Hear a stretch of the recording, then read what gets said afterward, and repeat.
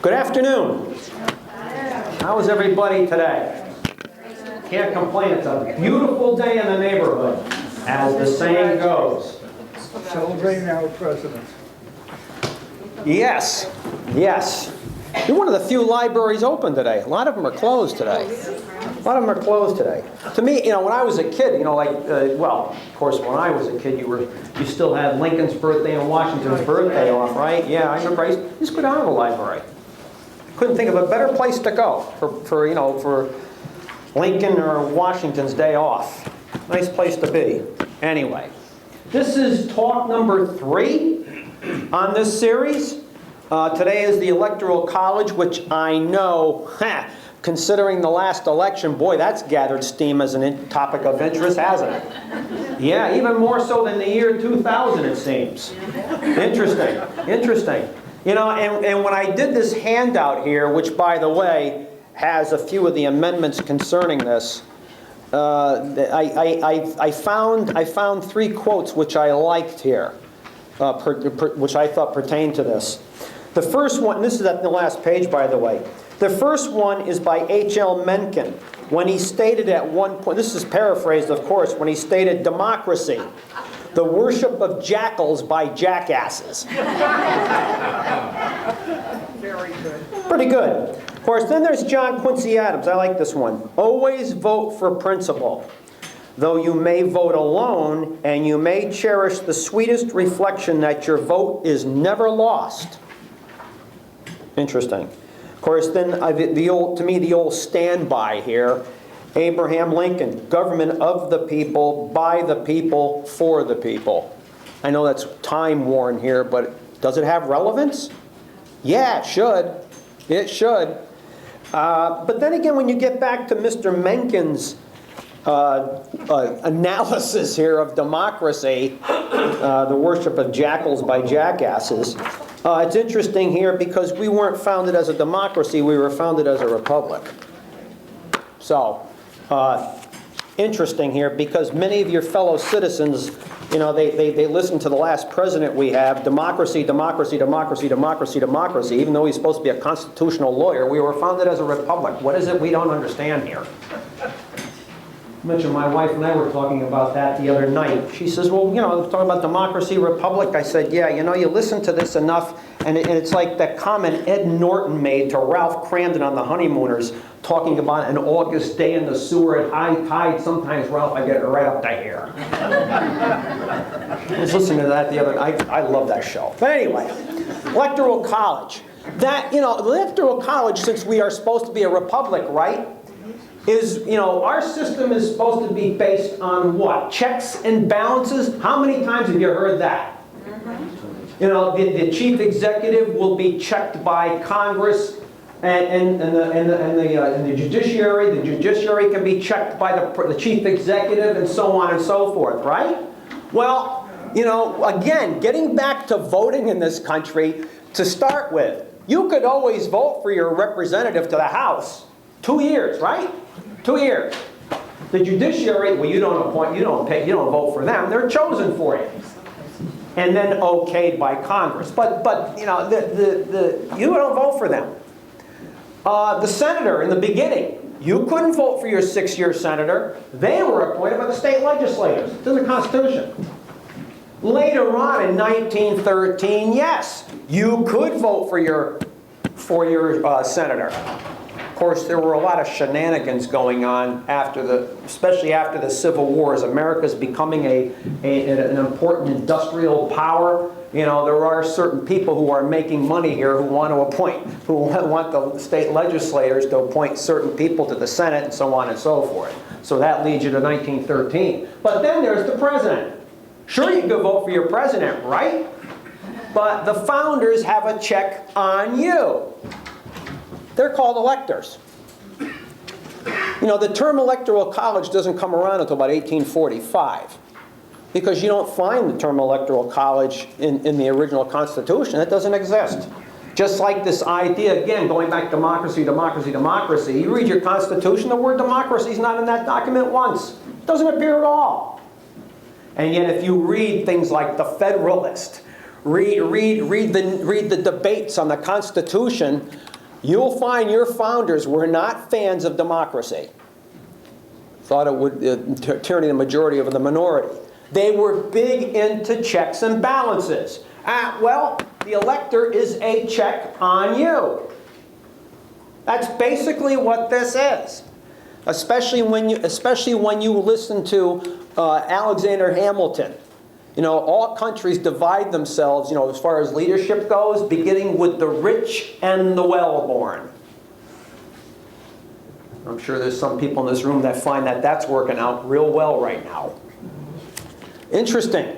And yet you see somebody like a John Adams, again, who stated that a functioning system of representative government won't work unless there's wide ownership of property.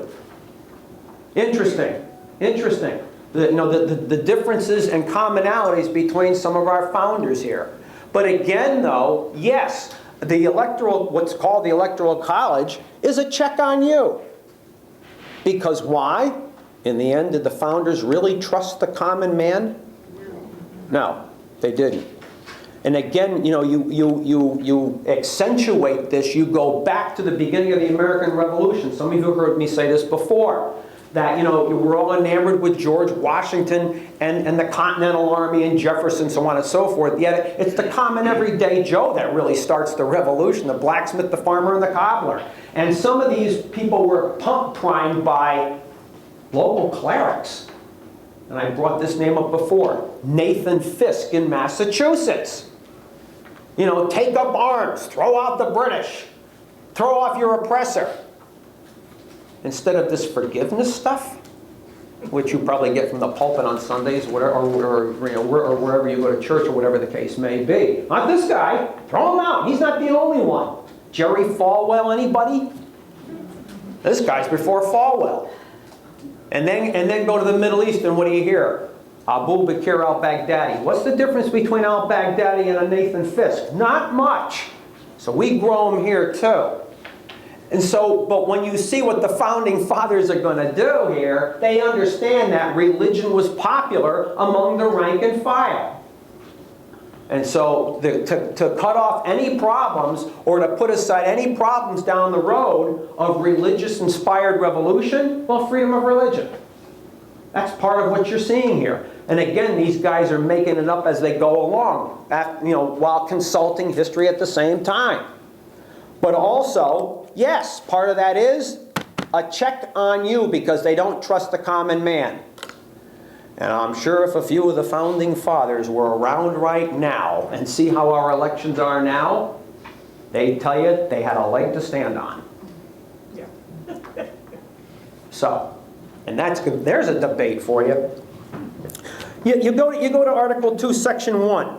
You know, it says here, the executive power shall be invested in a President of the United States of America. You know, it's interesting when they were discussing here at the Constitutional Convention, well, what are we going to call the chief executive?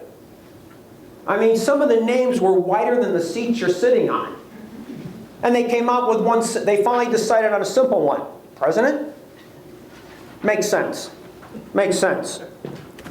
He shall hold his term of office for 4 years, together with the vice president, chosen for the same term, be elected as follow. Each state shall appoint, in such manner as the legislature thereof may direct, a number of electors equal to the whole number of senators and representatives to which each state may be entitled in Congress. In other words, depending on the size of your state, your electors equal the number of representatives and the 2 senators. And in this state right now it's what? 7? Yeah. Remember we used to have 8? Yeah. Remember that? Not that long ago. Right, not that long ago. We lost one. Some states, New York lost some. You know who gained? California. Yeah. Texas. Yes, Florida gained. Interesting. Some states that gained, some states that lost. Then that gets you into what? Well, now maybe a few states here are gaining power. Some states are losing power. Oh, yeah. No. Then isn't that a numbers game? Yeah, it is. It is. But no senator or representative sitting in Congress is allowed to be an elector. That's stated in the Constitution. If you're representing your state or your district in the capital, the nation's capital, you cannot be an elector. Gee, is that a conflict of interest? Yeah, it could be. And so what do you see here? But no Senate representative or person holding office or trust or profit under the United States shall be appointed as an elector. The electors shall meet in their respective states and vote by ballot for 2 persons, of whom one at least shall not be an inhabitant of the same state with themselves. Well, you can't have these electors appointing people other than, just people from their own state. How's that going to look? They have to have some kind of order to this. And they shall make a list of all persons voted for. Now, what's interesting here is, as you get down to this, interesting. The president of the Senate shall, when they get all these forms together, the president of the Senate shall, and the president of the Senate and House of Representatives, all open all the certificates of the votes, and they shall count them, coming from these states. The person having the greatest number of votes shall be president. Simple, isn't it? Okay, it seemed like it would be. If such number be a majority of the whole numbers of electors appointed. In other words, those who has the most electors and popular vote gets to be president, right? Okay. If such number be a majority of the whole electors appointed, if there be more than one who have such a majority, in other words, if you have 2 who have a majority of the electoral votes, then the House of Representatives shall immediately choose by ballot one of them for president. How can 2 people have a majority? If you go back to... Oh, because you're voting for 2 people. Correct. However, back then, when again, these people are arranging this as they go along. Yeah. If you had the most electors, you're president. What determined the vice president? The second highest. Right, the second highest. So you could have a president as a Federalist, you could have had a Democrat Republican as a vice president. Or vice versa. Or vice versa. Interesting, huh? Are they going to fix that one? Yeah, they are, because it's interesting here. Interesting here. As I wrote here, everything man does quirks result in the Founding Fathers' framework. The 1796 election, Federalist John Adams reaped the majority of the electoral votes. Other Federalist candidates were sprinkled among the electors. However, the man with the second highest accumulation was a Democrat-Republican, Thomas Jefferson. And so, Representative William L. Smith from South Carolina, he introduces a resolution on the floor of Congress. Interesting here. In the House of Representatives, urging an amendment to the Constitution. Therefore, the electors will cast 2 votes, one for president, another for vice president. That resolution died on the floor. That resolution died on the floor. However, during the 1800 race for the presidency, concern arose that if each of the members of the Electoral College followed the party line, there might be a tie between 2 candidates from the most popular slate. And so what was the answer? You don't vote for individuals anymore, you vote for a slate. The president and whoever party will put together a president, vice president. That's who you vote for. There was a tie in 1800, so they must have done that after the election. Mm-hmm. And so, yeah, that comes into the 12th Amendment, and it's ratified 1804. And so you see, as they're going along here, as time passes, they're making what they think are the necessary changes as they go along. Interesting what you're seeing develop here. However, when you get, of course, 1961, the 23rd Amendment, allowing the District of Columbia 3 electoral votes. Well, 2 would be a senator, 1 would be a representative. So actually, when you're counting states in your elections, it's not 50, it's 51. Interesting. Interesting what you see here. Absolutely fascinating. Of the 45 aspirants who were elected to the nation's highest office, 5 have seen their victories assured by other than the popular vote.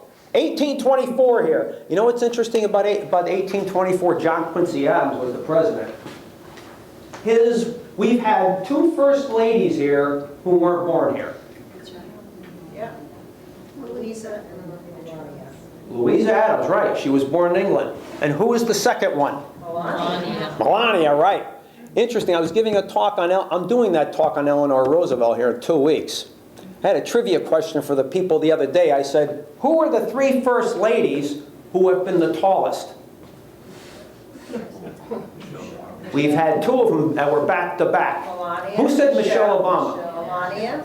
Michelle And Eleanor. and Eleanor. Those are the 3. They're all 5 foot. They were all 5'11". We haven't had a 6-footer yet. Not even in heels? I beg your pardon? Not even in heels?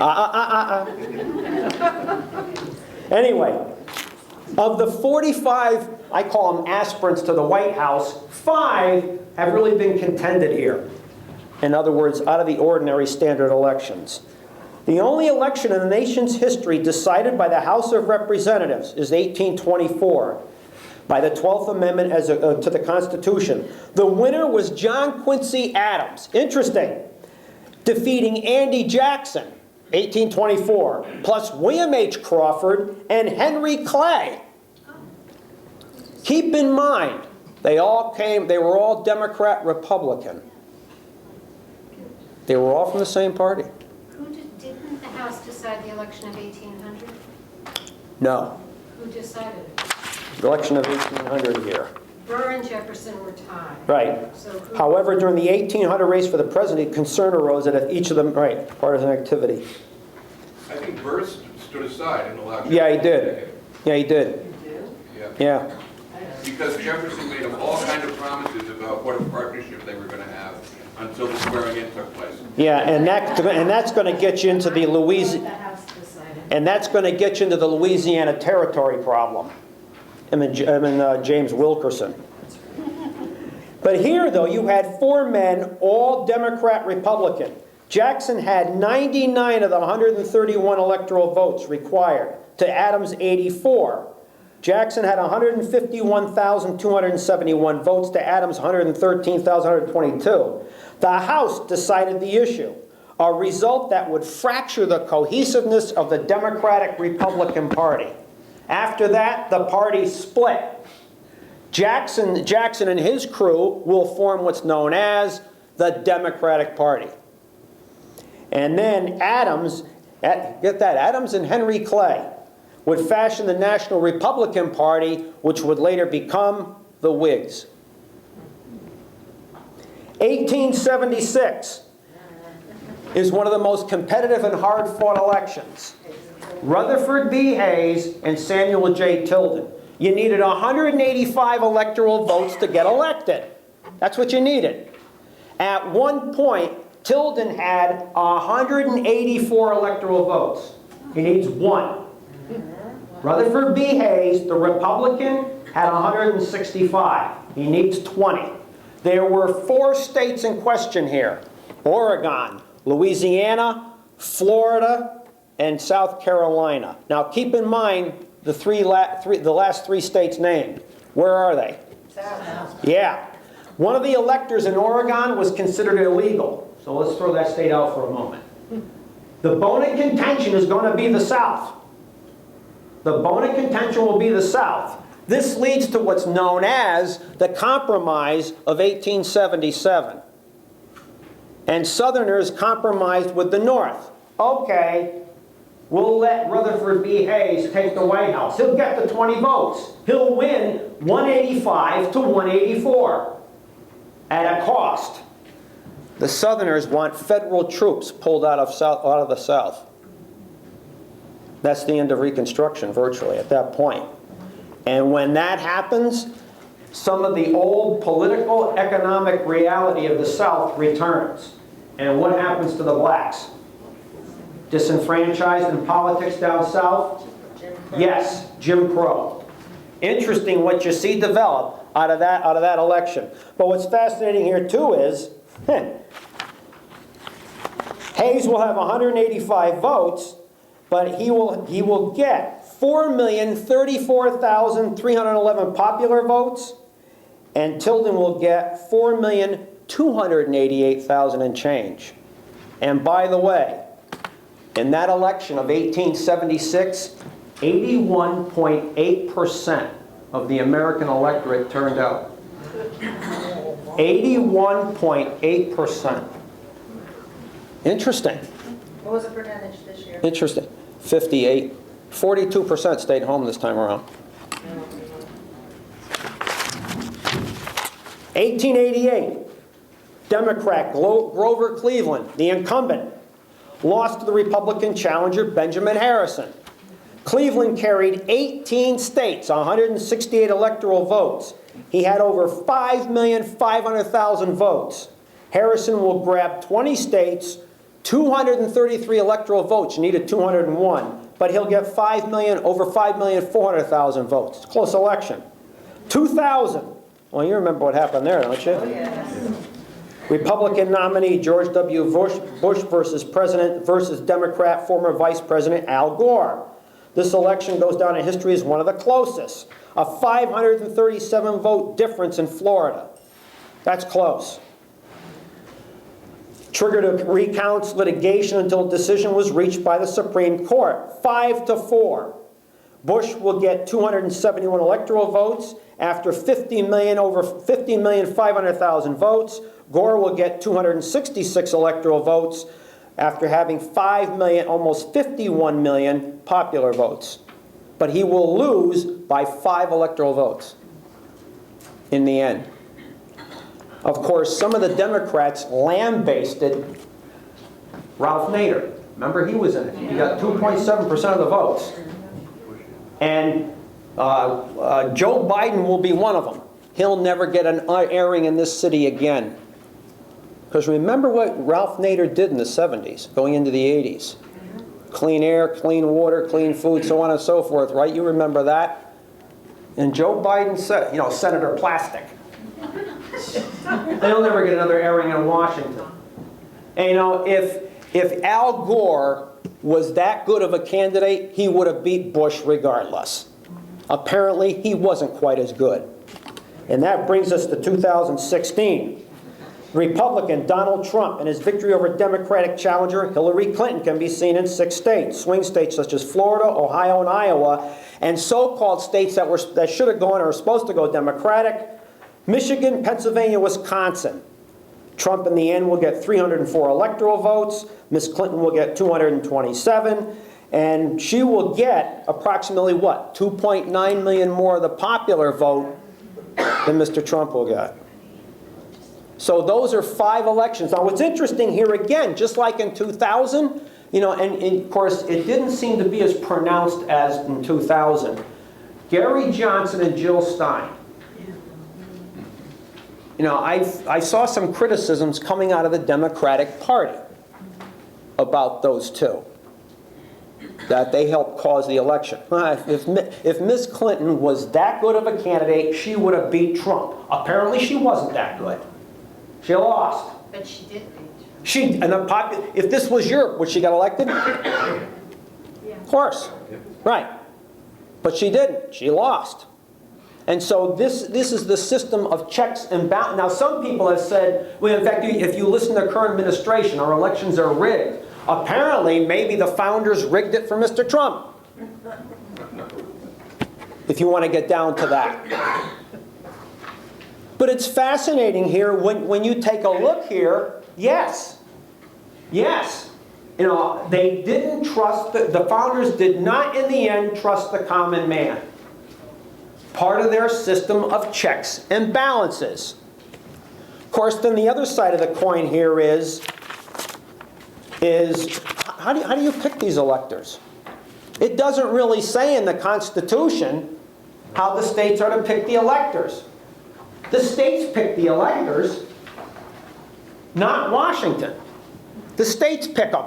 That's left up to the states. Of course, when you get to, to the modern era, who really picks the electors here? Democrats and Republicans? Virtually. Virtually, if we have a so-called two-party system. And how are they picked? Well, maybe in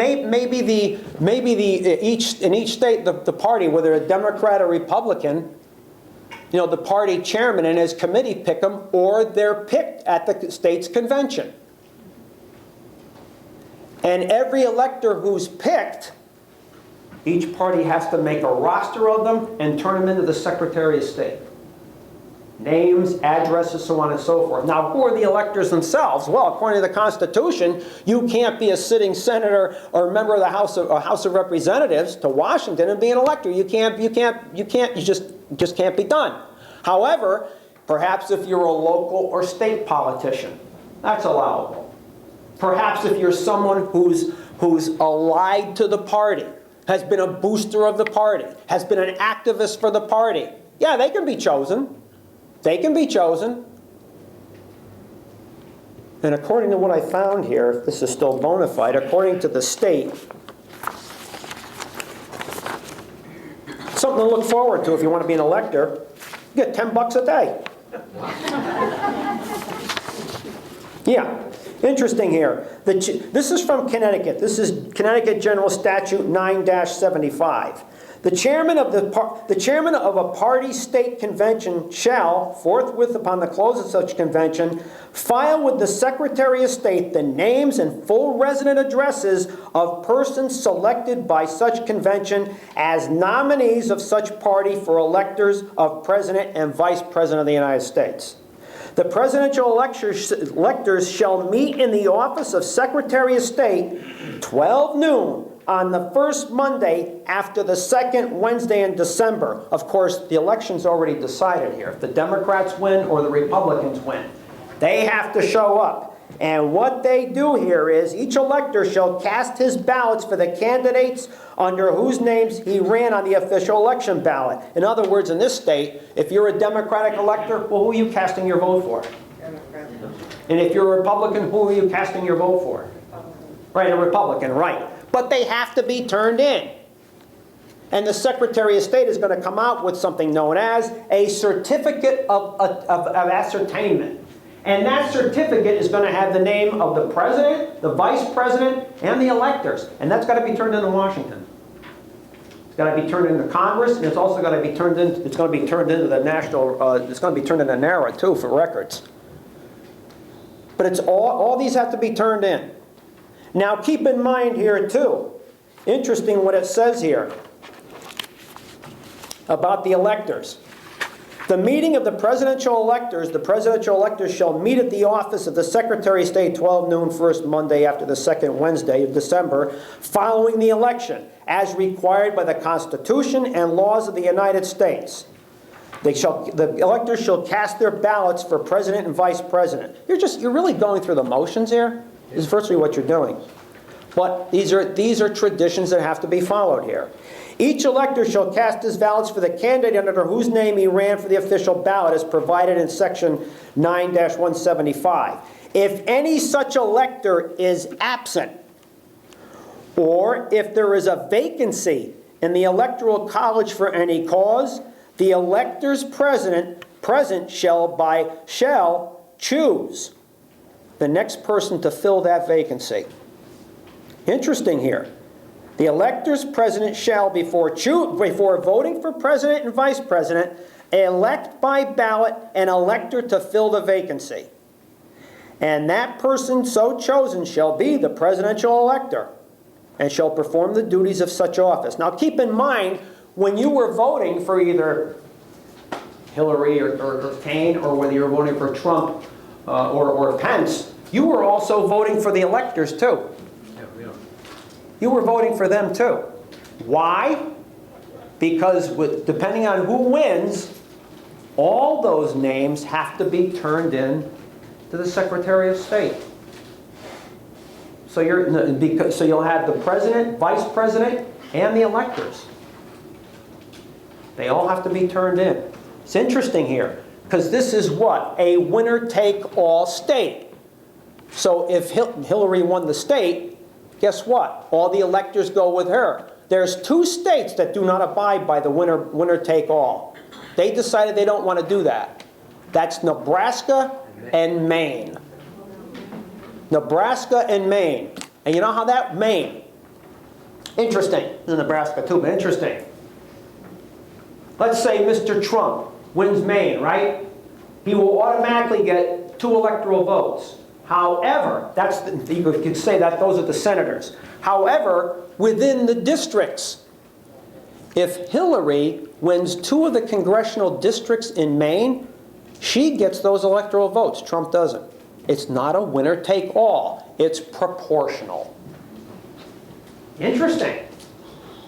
There have been some in the state that want us to go to that. Now that would be interesting. That would be interesting. And yet there are some people now who want us to get rid of the Electoral College, and that movement seems to be gaining steam. Speaking of the National Popular Vote Interstate Compact, 10 states in the District of Columbia have already passed this. Virtually bypassing, really, the Electoral College. Interesting, though, what the Constitution says. You know, since this is from the original, when the country was founded, there is going to be constitutional questions here. Section 10, this is Article 1, Section 10 of the Constitution. No state shall enter into any treaty, alliance, or confederation, grant letters of marque and reprisal, coin money, emit bills of credit, make anything but gold and silver coin tendered in payment of any debts, pass any bill of attainder ex post facto, and it's in, oh wait a minute, down the bottom here. No state shall, without consent of Congress, lay any duty of tonnage, keep troops or ships of war in time of peace, enter into, and this is interesting, enter into any agreement or compact with another state.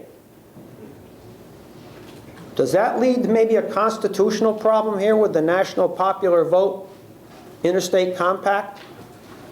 That's going to be an interesting discussion here. Again, enter into any agreement or compact with another state. Mustn't that have been changed when we did things like built railroads and built I-95 and stuff? Aren't there, I mean, I don't know, but it was, and trade agreements and, I don't know, aren't there? Not being a constitutional lawyer, I find that's an interesting question. You would think there was You would think, right. to like maintain this road, there would have to be.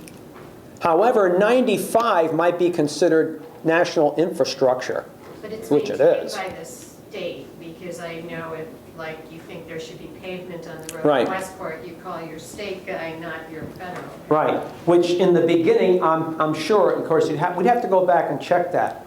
How many states rebelled against having 95 go through its state? Now, in that respect, keep in mind, what is it called? The Eisenhower Highway System? Yes. Keep in mind, when Mr. Eisenhower was a commanding general of Allied forces in Europe, he saw the Autobahns in Germany. And Hitler used the Autobahns to move tanks and men from one side of Germany to the other. That's one of the reasons you have 95 anyway. It is. It's a military road. You won't be allowed on it, but the 2nd Armored Division will. Yeah, interesting is right. So in the interest of national security, let's use that argument, will that supersede state law? And so is the federal government, now here's a question, is the federal government forcing you into a compact among states? Could be, yeah, could be. Could that argument be made? I don't know. Is there any constitutional lawyers here? Interesting. But I mean, as a voter, you would have to bring that up. It's a good point. It's a great point. Yes? But Mark, if you go back to the Constitution, and then the nation evolved, and evolved, and evolved, and evolved, and evolved. Yeah. And there was progress. And now you're beginning to I guess. Well, that's how you want to define progress. And then we had Manifest Destiny, we went from the Atlantic to the Pacific. And then all of a sudden there are new infrastructure modalities, there are new commerce structures, there's intrastate and interstate commerce. And I would think, not again being a lawyer in any way, shape, or form, that if you go back to the legislation that passed so many of these projects, programs, that they probably had some sort of codicil that didn't need to have, they weren't going to go and amend the Constitution. It's much too weighty to amend the Constitution, which is why we have, what, 26, 20, how many amendments do we have currently after 200 plus years? There might have been some way to insert a little flexibility because you have the elastic clause in Article 2 pertaining to the legislature, so maybe there was a way that they could have perhaps changed the manner in which some of these programs were amended without having to be in dereliction of Well, the as far as amending the Constitution, again, I mentioned this, I mentioned it last week.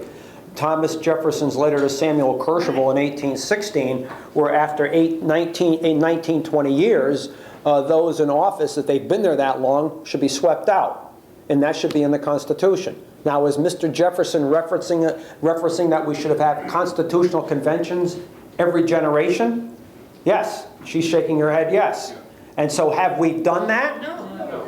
No. Are we overdue? Yeah. 200 years. 200 years. So yeah, interesting. Yes.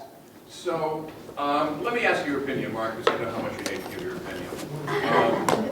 Rather than worry so much about the Electoral College and doing away with the Electoral College, might we better be able to ensure fair elections by doing away with gerrymandering? That might be another way of approaching the problem. That might, I mean, if you go back a few years ago in this state, I'm sure you remember when some Republicans wanted to redo the districts and push Bridgeport into New Haven County. And so since this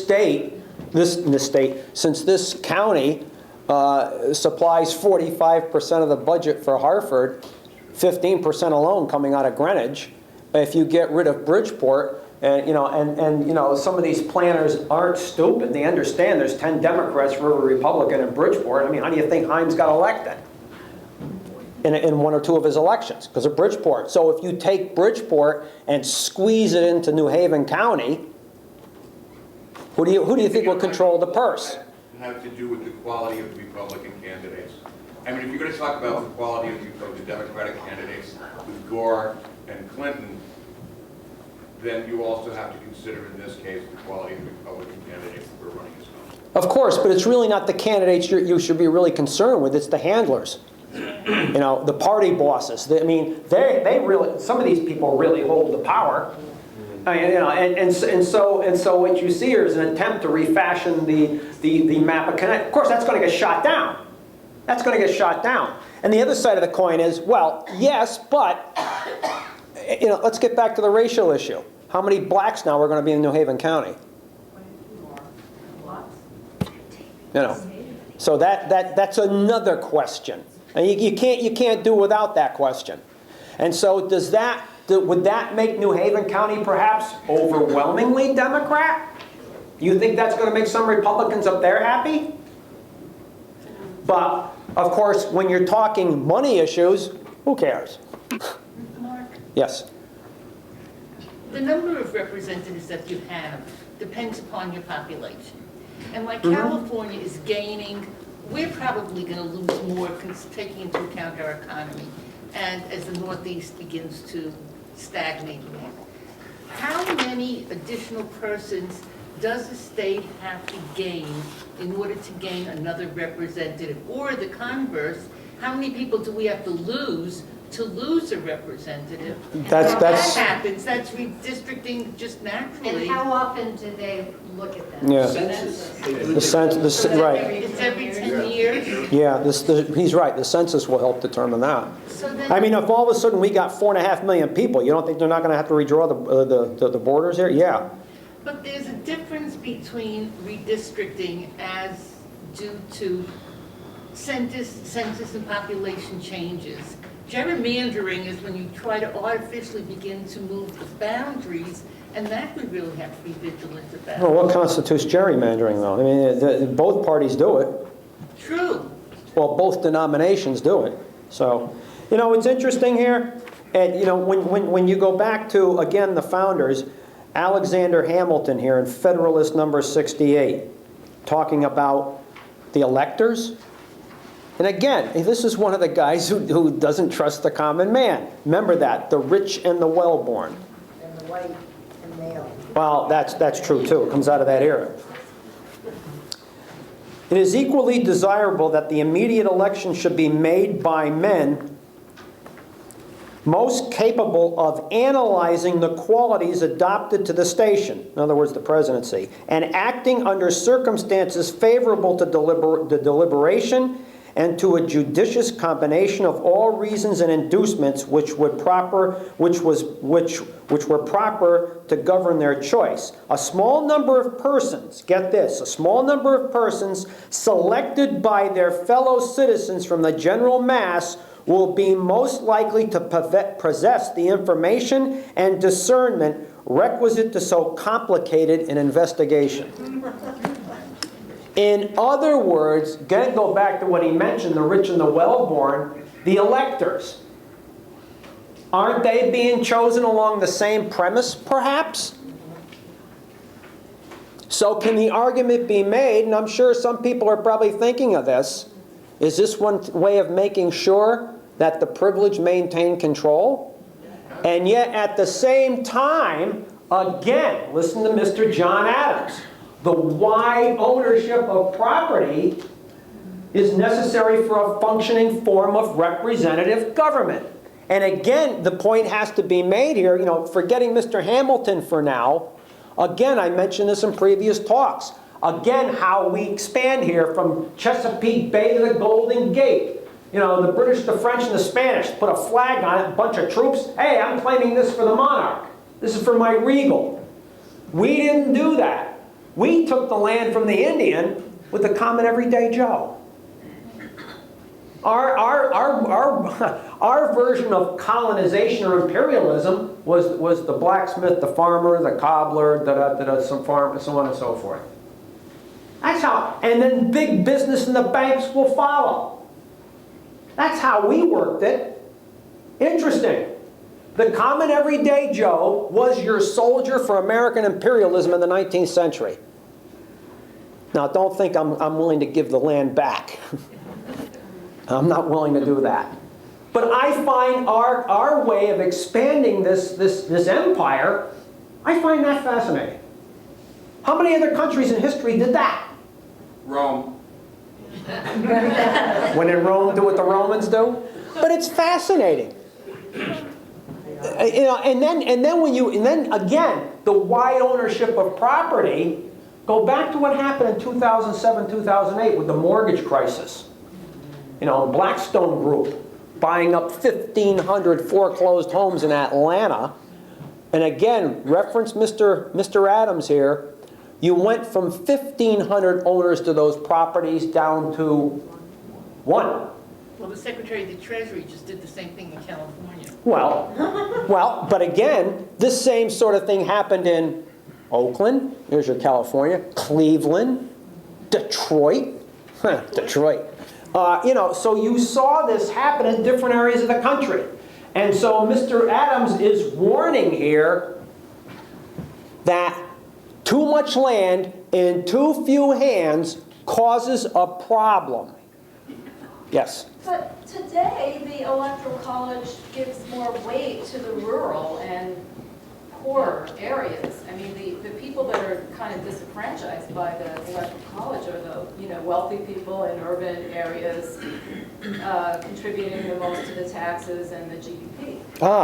Which leads to Citizens United. I mean, you saw the current, and it doesn't make any difference if it's Mr. Trump or not. I mean, if Miss Clinton got in, the same thing would have virtually happened anyway. You know, here you have the current occupant vilifying Goldman Sachs. And what's happened with that one? Talk about draining the swamp, it's turned into a toxic waste dump site. And so what you're seeing is, yes, companies like ExxonMobil, Goldman Sachs, Michael Cantanizero, a well-known Washington insider lobbyist, Hostetler, Batchelor and Hostetler, a well-known lobbying firm helping the transition go through here. And so what happened here, they're going to get their due regardless of the Constitution and Bill of Rights. It makes no difference. They buy their way to the throne. But with respect to the Electoral College, I mean, Citizens United says a corporation is a person and vice versa, but, you know, but a vote in Wyoming, there was an article in Stanford Advocate on Saturday, a vote in Wyoming, a person's vote, is equivalent, it counts 2.5 times more than a person's vote in Connecticut, you know. So, you know, if you want to get to one man, one vote, I mean, we're not. That was never the intent of the I Electoral College. know. In fact, as I understand it, the Electoral College completely evolved the wrong way the founders intended. It was supposed to protect The rich. the rich.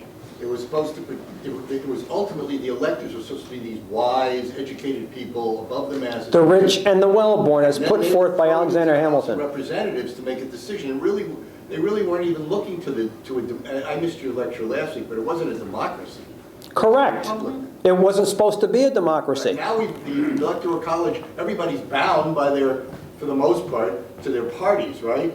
Right. It's based on your party affiliation. It's not, so the Electoral College is being misapplied from what the founders intended. Well, taking what you're saying and moving it one notch up, they're not parties, they're denominations of the one major party that exists in this country, the corporate state.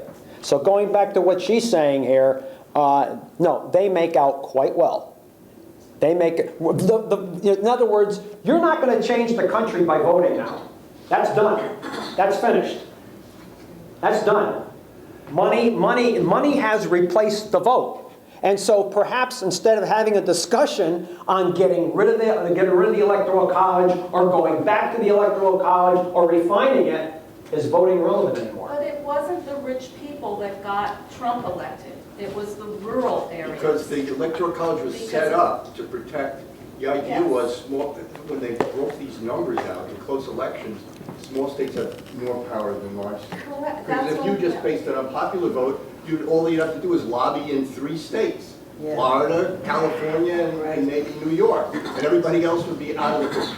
But again, going back, bouncing off what you're saying here, the election didn't make any difference in the end. You know, this bank that was vilified, Goldman Sachs, by Mr. Trump as a Hillary satrap, what has he done? Okay, he has no choice. That bank has got mucho power here. And another one too. If you remember, at one point he was saying here, well, maybe we ought to cut back on some of the ships and maybe cut back on some of the planes and stuff. And then later on, he got religion. You know, none of these candidates, and I mean none of them, would talk about the military-industrial complex. You know, I work on the fringe of that industry. They won't touch that with a 10-foot pole. If the Army can't find $6.5 trillion, how much money do they have? And so what you're seeing here has been a coup. And go back to the Lewis Powell memo. There's your starting point for the post-Vietnam. Because what you've seen here is a coup by corporate America. That's essentially what you've seen here. So maybe the discussion should not be whether we need the Electoral College or not. How relevant is voting? Money has replaced the election. And in fact, if you go back, take a look at the current administration, and again, it really doesn't make much difference. Take a look at the current administration. Mr. Pence was the preferred candidate, or one of the preferred candidates in 2012 for who? The Koch brothers. Mr. Pence was. Mr. Pompeo nominated the CIA, congressman, right? Guess where he got a lot of his money from? Koch brothers. You go back to a company called Renaissance Technologies. That's a fancy name for a hedge fund here. That's what it is. They contributed $33,180,000 to Republican causes in 2016. Most of that went to Mr. Trump. Guess who they were pushing Mr. Trump to take on in the White House as advisors? Kellyanne Conway and Steve Bannon. Why them?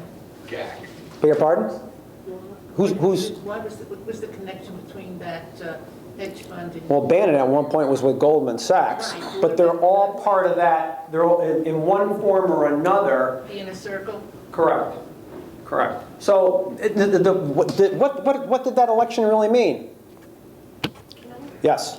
I do want to just get back to the topic and back to that question. First of all, I want to say the election of 1800 was decided in the House of Representatives. House of Representatives? After like 36 votes. I want to read a quote from my boy Alex. Give all the power to the many, they will oppress the few. Give all the power to the few, they will oppress the many. So he understood both sides. Right? But what I don't understand, because I've heard that argument about, you know, we need the Electoral College because it enfranchises people whose opinions otherwise wouldn't matter. But if, and this is probably just me with numbers, if the Electoral College votes are based on representation, which is based on population and on votes, then how is that true that it represents people who would not otherwise be represented? If you did away with the Electoral College And went purely popular vote? and just went to a popular vote, how would things change? I mean, the people, the coal miners who think coal mining is going to come back, or the people in the industrial, you know, Midwest would still be voting. So I don't understand how that works, how the Electoral College. In the end, you know, after all is said and done, you know, the republic was set up, you know, as opposed to something like direct democracy, where, you know, if this was a town meeting, we'd all have a voice here, right? Have anybody representing you? No, you won't. But in what they were setting up, they thought that your wishes would be represented by someone that you pick, partially through voting, to represent your interests in Congress. That's what this was supposed to be. However, whether you live really in a democratic system, or you live in a republic, or you live in a socialist system, if that's your choice, none of it's going to work if the people don't take part.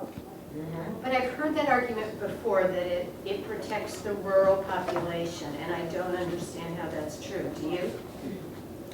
Because Well, land. I mean, I understand. the urban centers have the highest it's really urban versus rural. The urban centers have all the population. If this was a pure vote, like in Europe, the urban centers, and in those states that have the highest populations, would, by definition, have more prominence than Nebraska, Wisconsin, Michigan. It wouldn't have mattered as much. But if they have the highest populations, don't they have the most electors? They do, but in close elections, like we had in some of those states, those small differences like Wisconsin, Michigan, whatever, they can throw the election the other way, because if they win in close votes in small states and the big states go the other way, enough small states win, which happened here, it throws the election the other direction. This gentleman in the back had his hand up for a while. Yeah, I was just thinking that you hit on the reason, I think, when you said you'd campaign only in Texas, California, Florida, New York, maybe. The Electoral College, I think, protects from a disproportionate population area having even more than a relative disproportionate impact on an election, if that makes sense. But, you know, well, it's in the Constitution that the electors equal the number of senators and representatives that are accorded to Congress from your state. One would think here that if you had, according to what Nebraska and Maine do, a way of disseminating maybe like popular votes, you know, in other words, no winner take all. Have a proportion of the electors, like in Maine. In other words, if you win the state, if you win the popular vote, you automatically get 2 votes. Well, one would think the senators. However, when you get to each individual district, If there's 4 districts, that's 4 more votes for House of Representatives. If you lose the state, you could still possibly get 2 or even 3 electoral votes out of the 6. So with the Electoral College, let's say you lose, but you still get 3 of the 4 districts. You're the winner of the popular vote, perhaps by a close margin, would also get 3. It's no winner take all. Does that even up the I think that negates the Electoral College then. Okay, Then why have? because now you're back to a democracy. Right. It Yes. doesn't, because every state, whether it's Rhode Island or California, gets 2 senators. So it's Right. already weighted to the less populous states. Right. That was College. that was the intent of the founders. Yeah. It was a compromise when we formed this country. Right. They were afraid, the small states were afraid they'd get swallowed up by the big states. Right. The compromise was you'd have the same, you'd have different number of representatives, but your senators would be disproportionately more powerful in smaller states. Yeah, but it also had to do New with York slave gets states 2 being and afraid to be Connecticut. swallowed up by the industrial states. Right, that's part of it too, the slave states being swallowed up in the industrial states, which goes back to what we're gonna, You got a partial vote in that time, based on the number of states, slaves you had also. which goes back to what I'm gonna talk about next week, the well-regulated militia. Now we go from the ballot to the bullet. Yes.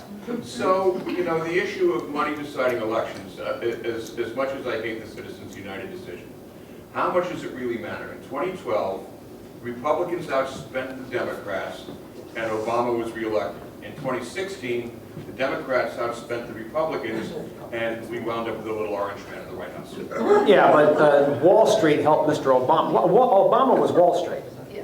Just like Franklin D. Roosevelt was Wall Street. Bill Clinton, Wall Street. George Bush Jr., oil. You can't get away from this. And it's not just these people occupy the Oval Office, it's who they have to pick to do the day-to-day legwork. But that's- So, in other words, who occupies the Oval Office? That the party that spent the most money in the last 2 elections still lost. Well, yeah, but again, when you get down, in other words, let's take Norwalk, for example. You got 86,000 people, right? How many people in Norwalk can vote? Maybe 46,000 of them. So everyone goes to the poll, right? You got 1 vote, that's it. You can have a lobbyist from this area go down to Washington, D.C., go into the congressman's office or the president's office, and he's going to have $100,000 $1 bills, $500,000 $1 bills, or $1 million $1 bills. He's voted that many times.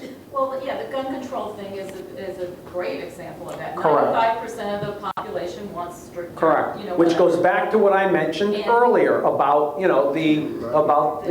is maybe the conversation shouldn't be the Electoral College. How about voting? But Mark, that's also why I think a lot of people, in their impression that we live in a democracy, it's a lot nicer for you to think, I live in a democracy, rather than I live in a republic where the president has to be double stamped by an electoral college, and your worth as the citizen is really demeaned by the reality of the situation. It's a lot nicer to think, well, my vote is as important as the next person's vote, even though it's a total fallacy. Well, I mean, the other side of the coin here is how many of your fellow citizens understand we were founded as a republic and not as a democracy? Go out on the corner and stop people as they walk by and ask. I think Jay Leno, did something, or Johnny Carson did something like that. And again, go back to what H.L. Mencken said. Democracy. Exercise and, jackals being supported by jackasses? Yeah, there's better be the jackal. Yes, Catherine. Kind of a basic question, I think. If there were no college, would psychologically, do you think more individuals would go to vote, and thus the vote would be more meaningful? No. I don't know. Because most people, if you poll right now, has no clue what an electoral college is. So it's meaningless. They are not aware. I mean, don't overestimate the knowledge based in the population. Well, again, bouncing off what you're saying, should we be doing more to teach civics in the schools? Oh, yes. Somebody laughed over there. And Mark, you know, one of the other things that H.L. Mencken said was you'll never go broke underestimating the intelligence of the American people. Well, but then again, H.L. Mencken kind of agrees with Adolf Hitler when he said the receptivity of the masses is minute, and their capacity for forgetting is enormous. Yeah, sorry to say, but. That's what he said. Oh, someone said human nature. Human nature. You know, it gets to the point where perhaps, for whatever the reason, you know, many of your fellow citizens after a while will refuse to take part, and they'll take what comes. That leads to what perhaps Ben Franklin was alluding to when he was asked at the Constitutional Convention, what do you think about our handiwork?